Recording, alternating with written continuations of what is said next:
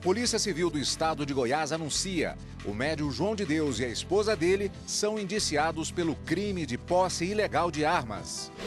Violência contra a mulher. Um estudo do Ministério da Saúde revela que de cada 10 mulheres que morreram no Brasil por causas ligadas à violência, 3 já tinham sofrido agressão. Detran do Distrito Federal é condenado a indenizar motorista que teve carro apreendido e leiloado. R$13 mil por danos materiais e R$5 mil por danos morais. Nome social no título de eleitor. Basta procurar um cartório eleitoral. O que para as outras pessoas é só um nome, para a gente tudo é a nossa identidade.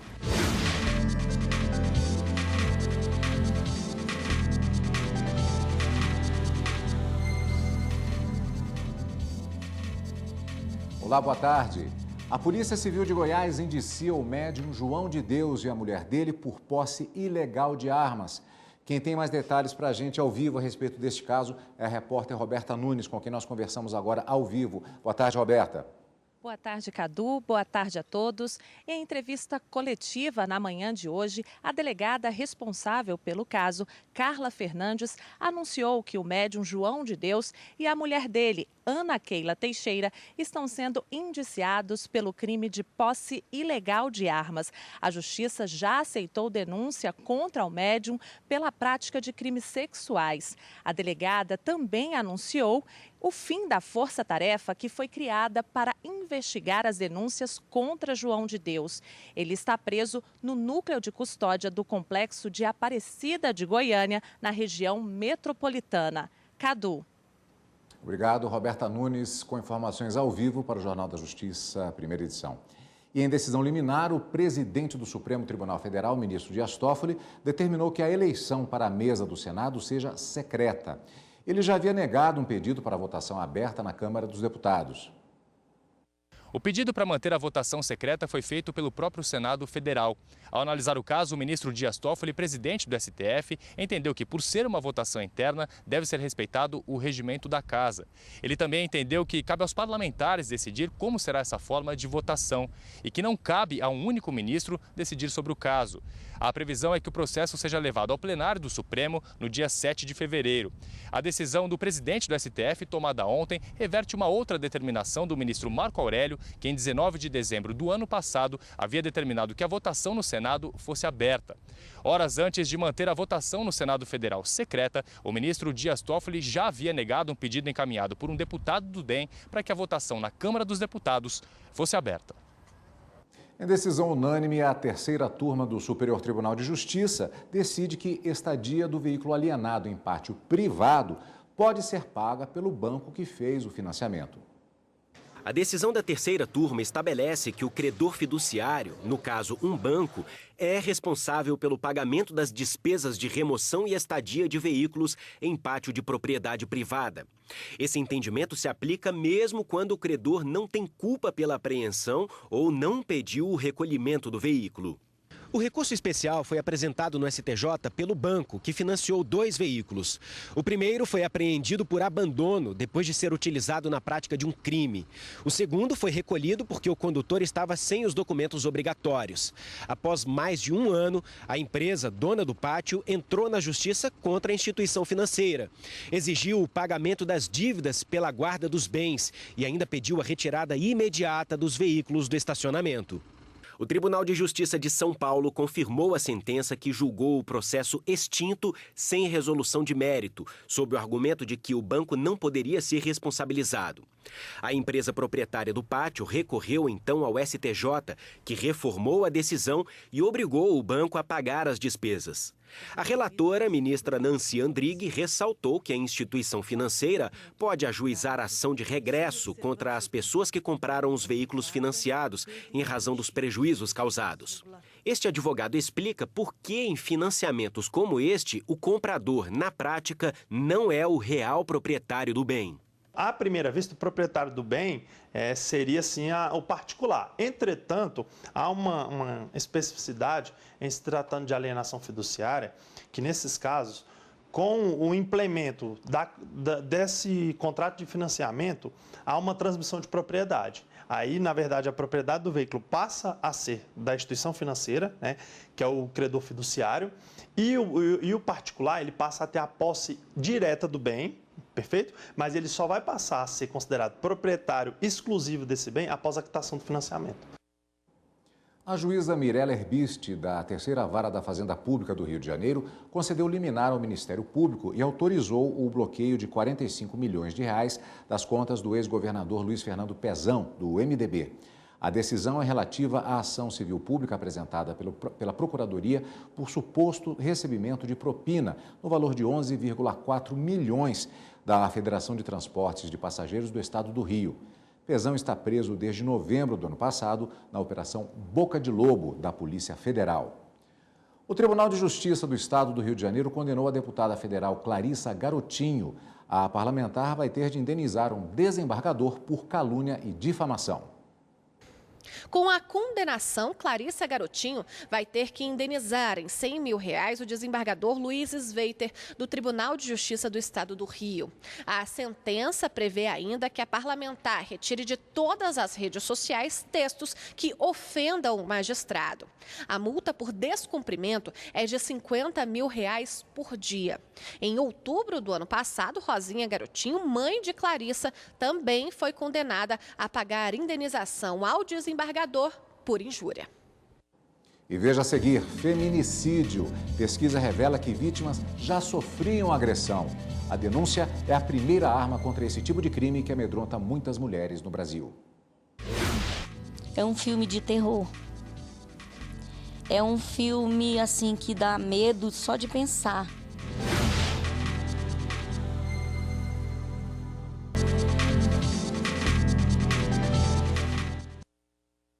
Condenados 4 envolvidos em cobrança de propina contra o Sindicato dos Servidores da Saúde, Sindisaúde, no Distrito Federal. Uma investigação do Ministério Público do DF apurou que Edivaldo Simplício da Silva, Valdecir Marques de Medeiros e Christian Miguel Popov usaram os cargos que ocupavam no governo do DF para exigir da presidente do Sindisaúde, Marli Rodrigues, R$214 mil em propina para solucionar um suposto problema com um código de desconto para consignação em folha dos filiados ao sindicato. O dinheiro seria lavado por meio de contrato fictício com uma empresa de seguros, administrada por Beatriz Casagrande, filha de Edivaldo, que também foi condenada. O esquema foi investigado pela Operação Delfos, em agosto de 2016. O Detran do Distrito Federal foi condenado a indenizar motorista que teve carro apreendido e leiloado. Em janeiro de 2015, o veículo capotou em uma rodovia e um agente da Polícia Rodoviária Federal registrou que o carro estaria impossibilitado de ser utilizado. A proprietária do carro afirmou no processo que o boletim de acidente do agente da PRF não condizia com a verdade, já que o veículo foi consertado e voltou a circular, mas sem que a autora da ação soubesse da restrição estabelecida pelo agente público. Em junho de 2016, o veículo foi parado em blitz do Detran e apreendido.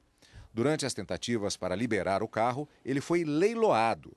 O caso se transformou em processo no Tribunal de Justiça do Distrito Federal e Territórios. A magistrada responsável pelo processo julgou parcialmente procedentes os pedidos para condenar o Detran do Distrito Federal a pagar à autora R$13 mil por danos materiais e R$5 mil por danos morais. Ainda cabe recurso. Em uma pesquisa do Ministério da Saúde realizada entre 2011 e 2016, revela que 30% das vítimas de feminicídio já haviam sido agredidas. É um filme de terror. É um filme, assim, que dá medo só de pensar. Há quase 3 anos, esta servidora pública fugiu do estado onde nasceu e deixou tudo para trás por causa do agressor, o ex-marido. Ela foi casada por 27 anos e desde o começo sofria todo tipo de violência doméstica. Doroteia bem que tentou denunciar a violência, mas foi ignorada. A falta de assistência no Amazonas foi um dos motivos para vir para Brasília. Apenas com a roupa do corpo e com a identidade nas mãos, ela procurou a Casa da Mulher Brasileira, onde recebeu ajuda para recomeçar. Após 27 anos de casamento, né? Eu descobri que estava, a partir do 10º ano, vamos dizer assim, sendo violentada sem perceber. Violência psicológica, violência sexual, violência patrimonial. E ela foi se agravando ao longo do tempo, até chegar ao ponto dele ameaçar de morte, né? O que aconteceu em 2016, quando ele disse que ia tirar a minha vida, a vida dos meus 2 filhos, e depois ele ia ver o que ia fazer com a vida dele. As redes de assistência social e de saúde geralmente são os primeiros lugares que a vítima de violência doméstica procura. Segundo esta advogada, a ocorrência de agressão na rede de saúde já sinaliza uma tragédia anunciada e, por isso, a necessidade de capacitar a equipe multidisciplinar nas redes para evitar a reincidência do crime. O que a gente vê que é necessário, o que é importante, seria importante? Que o profissional de saúde fosse capacitado para perceber essa violência e poder chegar à mulher e conversar com ela. Porque não basta ele chegar, você foi vítima de violência, tem que fazer alguma coisa, vá à delegacia de polícia. Não, muitas vezes a mulher vai se retrair. Uma pesquisa do Ministério da Saúde que cruzou informações de mulheres vítimas de feminicídio revela que 30% já tinham passado por atendimento médico por causa de agressão. Entre 2011 e 2016, 6.393 mulheres morreram em razão do gênero e 28,5% delas já tinham passado pela rede de saúde com ferimentos de agressões. A Lei Maria da Penha prevê assistência às vítimas e também espaços de acolhimento. No Brasil, há 155 casas-abrigo onde mães e filhos são encaminhados durante o processo contra o agressor. A Casa da Mulher Brasileira em Brasília, onde Doroteia recebeu a ajuda, está fechada desde abril do ano passado por problemas estruturais. Mas a promessa é de reabrir o quanto antes para reforçar esse atendimento e ajudar as mulheres a denunciar os agressores. O enfrentamento à violência ele precisa ter um outro número, uma outra realidade aqui no Distrito Federal.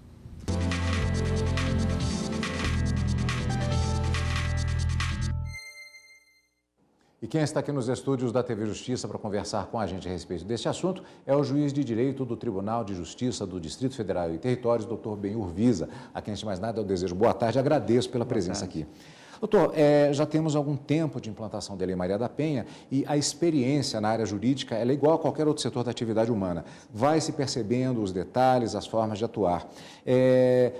Casas de apoio, estruturas que não são nem ligadas diretamente ao atendimento à mulher, como, por exemplo, os próprios juizados especiais que têm os núcleos de atendimento psicológico, todo esse sistema ele pode e deve ser usado pelas mulheres para denunciar e receber. Isso diminuiria essa grande quantidade de feminicídios? Com certeza. É muito importante que a mulher faça denúncia nos episódios de violência que ela sofre. E a violência não é só a violência física, uma violência psicológica, uma ameaça que a mulher sofra, uma agressão verbal, um xingamento, uma humilhação que essa mulher sofre. É importante que ela procure a delegacia, registre a ocorrência e peça uma medida protetiva. As medidas protetivas são institutos que permitem ao juiz, por exemplo, afastar esse agressor de casa, proibir uma aproximação dele com a mulher, proibir contato telefônico. Então, é muito importante que a mulher registre a ocorrência, ainda que ela pense que é uma pequena infração, porque isso previne uma infração maior. Agora, ainda existe um grande número de casos que não chegam ao conhecimento da justiça. Isso é negativo?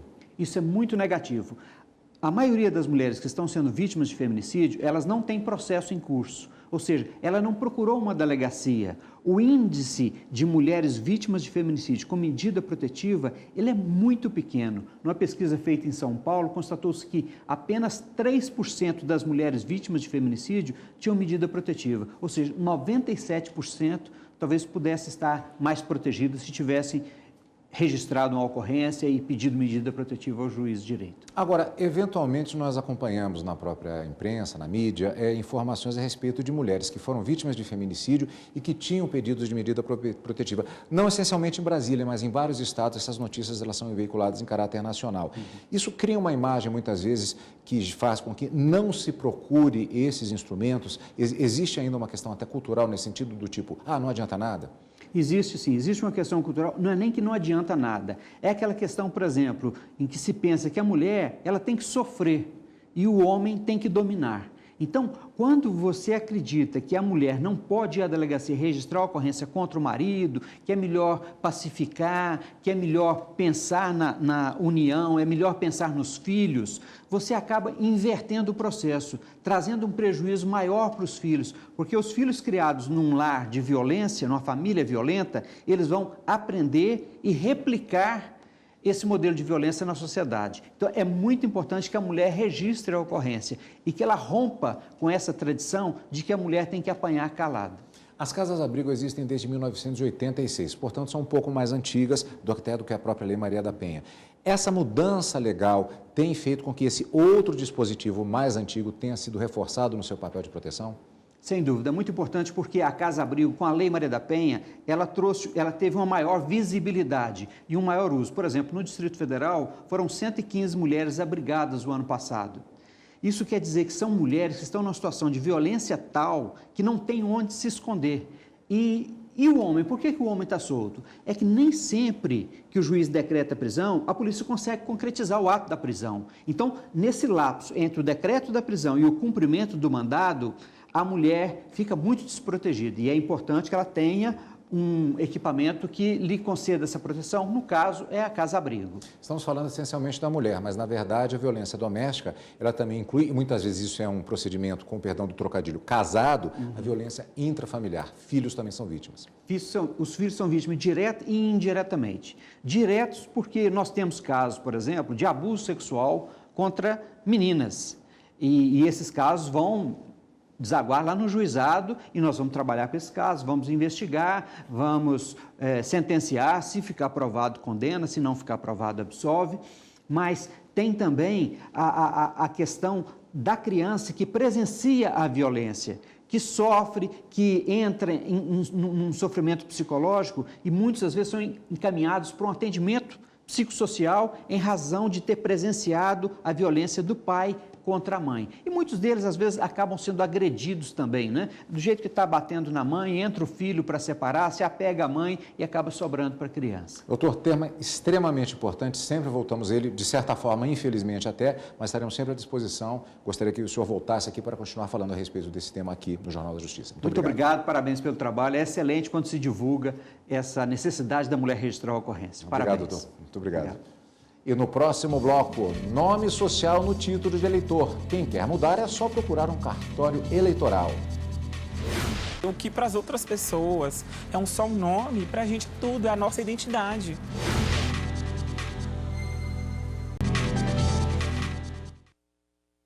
A pedido do Ministério Público Federal, a Justiça em São José do Rio Preto, em São Paulo, determinou o bloqueio de quase R$680 mil do médico Arnaldo Almendros Melo, ex-secretário de Saúde do município. Desde julho de 2016, já desvinculado da pasta, ele prestava serviços ao SUS e, embora descumprisse as jornadas de trabalho previstas em contrato, recebia integralmente os salários. Daquela época até agosto do ano passado, Melo fraudou o controle de ponto por 164 dias. Em vez de atender a população, se dedicava a atividades em consultório particular e em uma universidade. A parte da quantia bloqueada equivale aos valores que o médico recebeu nos dias em que deixou de trabalhar, mas multa equivalente ao triplo da quantia. O nome social no título de eleitor é uma realidade desde as eleições passadas. Quem tiver interesse em trocar o nome de registro pelo nome social e ainda não alterou o documento, pode procurar um cartório. Os cartórios já estão de portas abertas para quem deseja incluir o nome social no título de eleitor. No Distrito Federal, a mudança pode ser feita em qualquer cartório. Nos estados, o eleitor deve se dirigir ao cartório correspondente à zona onde está inscrito. O nome social não pode expor a pessoa ao ridículo, atentado contra o pudor e terá que usar também o sobrenome. A possibilidade de transexuais e travestis retirarem o nome do registro civil e incluírem o nome social no documento foi definida em março de 2018. Pela primeira vez, 6.280 eleitores foram às urnas utilizando o nome social. Os mesários eles foram treinados, orientados quanto ao procedimento no atendimento das pessoas que tiveram alteração do nome social no título de eleitor, para receber as pessoas que tiveram essa alteração, e o nome social também já constava do caderno de votação. E no monitor lá do mesário constava tanto o nome civil quanto o nome social. Caso gerasse alguma dúvida quanto à identidade do eleitor, o nome civil também constava ao final do caderno de votação. Então, assim, era possível sanar qualquer dúvida sem constranger o eleitor. Incluir o nome social no título é bem fácil e rápido. O interessado deve procurar um cartório eleitoral, apresentar um documento de identificação com foto e declarar como deseja ser identificado pela Justiça Eleitoral. Após esse procedimento, ele já sai do cartório com documento atualizado em mãos. A eleição de 2018 foi a primeira em que Rubi foi às urnas. É que desde que a transexual retificou todos os documentos, incluindo a certidão de nascimento, ela ainda não havia tido a oportunidade de votar. Eu não tive constrangimento, fiquei na fila. Aí, quando ele me chamou, apresentei o título com o nome já retificado. E foi tranquilo. Rubi conseguiu, na justiça, o direito de mudar a identidade por completo. Mas muitas pessoas, como ela, têm medo, vergonha ou receio de dar esse passo. Por isso, o nome social é considerado tão importante. Às vezes, o que para as outras pessoas é só um nome, para a gente tudo é a nossa identidade que está ali, entendeu? Então, o respeito à sua identidade, de como você quer ser chamado ou chamada, é tudo na vida de uma pessoa trans. Então, a Justiça Eleitoral, dando esse passo, foi um avanço, é uma vitória até não só minha, quanto das pessoas do próprio movimento LGBT. Na Universidade de Brasília, o nome social já é utilizado entre servidores e alunos desde 2012. Mas foi em 2017 que uma resolução passou a regulamentar a prática dentro da UNB. Para Yuri, assistente social da Diretoria de Diversidade da instituição, o nome social é uma forma de inclusão, respeito e dignidade humana. Quando a gente trabalha na perspectiva de garantir direitos de cidadania, e o voto é um grande exemplo dele, garantir o uso do nome social para pessoas travestis e transexuais é um progresso, né? Um avanço aí em termos de acesso a direitos, reconhecimento da dignidade da pessoa humana e valorização da pluralidade, né, e da dignidade da pessoa. O Ministério Público do Trabalho em Goiás desenvolve o projeto Cozinha e Voz, Empregabilidade Trans.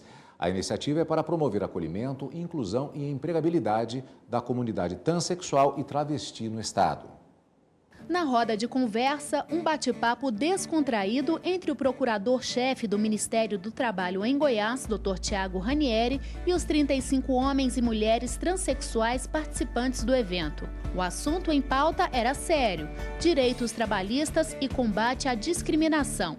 O encontro foi parte da primeira edição do projeto Voz e Cozinha em Goiânia, uma iniciativa do Ministério Público do Trabalho que começou em São Paulo e que agora também auxilia a população trans no estado de Goiás. O curso ele prevê aulas de poesia, aulas de programação neurolinguística, aulas de coaching, acesso à cidadania com a Defensoria, com o Ministério Público do Estado, com o Ministério do Trabalho e Emprego, com médicos, com psicólogos, odontólogos. A ideia é construir toda a identidade, promover a construção dessa identidade desse público, depois capacitá-los para que eles possam ter acesso a esse mercado formal de trabalho que é bastante concorrente. Bárbara Arcanjo abraçou a oportunidade e já sentiu uma verdadeira transformação logo nos primeiros dias.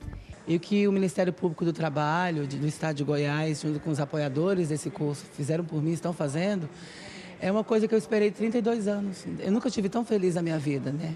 Isso não é sem ser demagoga, não é clichê, não é verdade. Sabe, eu nunca tive tão consciente, porque aqui a gente teve aula PNL, coach, direitos civis, sobre retificação, defensoria pública. Sabe, hoje eu sei que eu não estou sozinha, que eu tenho quem recorrer, aonde recorrer, né? O que é direito meu. E essa porta que se abre para a Bárbara e tantas mulheres e homens trans representa muito mais que aumentar a chance deles no mercado de trabalho. Aqui, cada história de vida tem suas particularidades, mas para todos, o fortalecimento como pessoa, com todos os direitos respeitados, é com certeza a parte mais importante.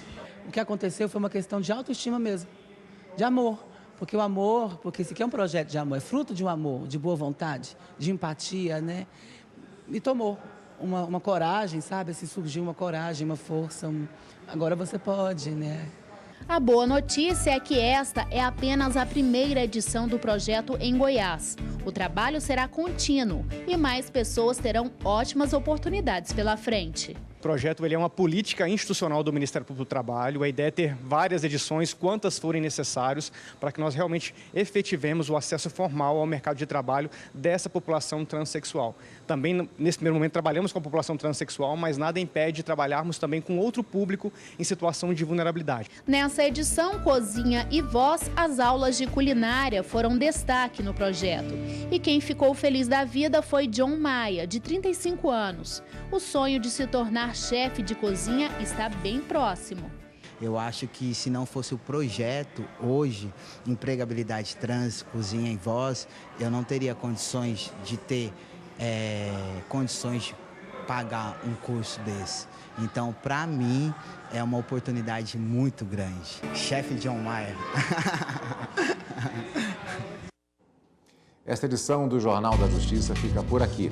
Mas se você perdeu alguma reportagem ou quiser rever esta edição, é fácil. Basta acessar a TV Justiça pelo YouTube. Entre no canal e pesquise por TV Justiça Oficial. E a gente se encontra novamente amanhã. Uma ótima tarde para você e até lá.